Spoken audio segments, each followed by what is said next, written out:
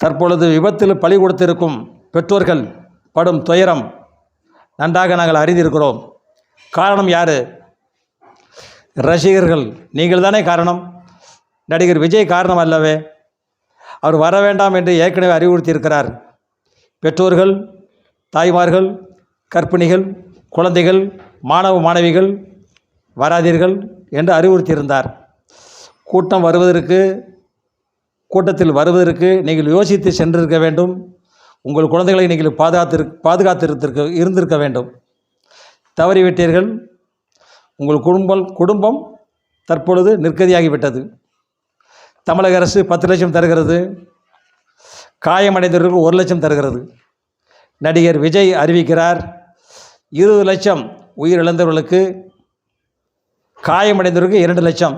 இந்த பணம் உங்கள் பிள்ளைகளின் உயிர்களை மீட்டெடுத்து விடுமா, உங்கள் குடும்பத்தை மீட்டெடுத்து விடுமா என்பது யோசித்து பாருங்கள். அரசியல் கூட்டங்களுக்கு செல்லாதீர்கள்.